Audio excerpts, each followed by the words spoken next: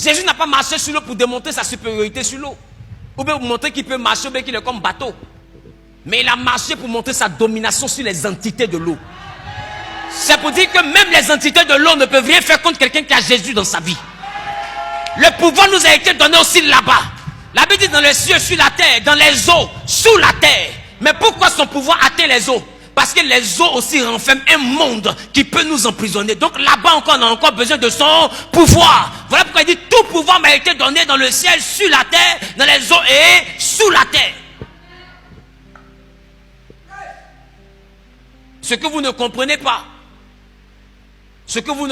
pas, c'est que l'esprit qui gère l'eau, gère l'homme. Parce que l'homme est le reflet de la terre. Et l'homme est constitué de près de 70% d'eau. Vérité. Est-ce que vous le savez? L'homme est constitué de près de 70% d'eau. Et même la terre est pareil. Qui le sait? Qui le sait? Qui le sait? Voilà pourquoi on l'appelle la planète bleue. Pourquoi? Parce que quand tu la vois de loin, ce n'est que l'eau que tu vois. À plus de 70%, elle est recouverte d'eau. Donc, l'esprit qui gère l'eau peut gérer nos pensées dominantes.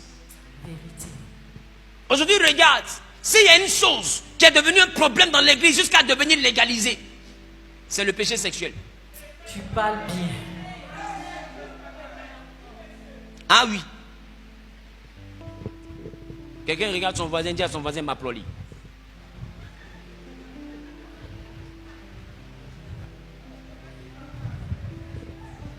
Il y en a, mais ils ne vont pas dans la douche.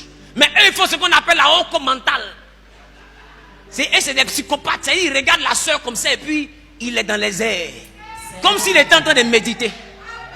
Adama, on peut faire ça. Qui me comprend? Amen. Je peux parler à quelqu'un ou bien je m'arrête. Parle, papa. C'est pourquoi je te dis, il y a quelque chose qui t'appartient, qui a été englouti dans les profondeurs de la mer. Amen. Mais j'ai le plaisir de commencer à parler d'un problème en t'annonçant que ce problème aussi a eu un problème. Parce que la Bible dit que lorsque la mer s'est agitée, moi mon Dieu dormait parce que la mer est petite devant lui. Quelqu'un dit Amen. Quelqu'un... Oh, cacaille. Bon, ta manière de dire Amen me donne envie de partir à la maison. Dis Amen, viens. Je dis, quand la mer s'est levée, la Bible dit les disciples paniquaient. C'est les hommes qui paniquent devant la mer. Mais Jésus, lui, dort devant la mer. Parce que quand il se lève, tout fait silence.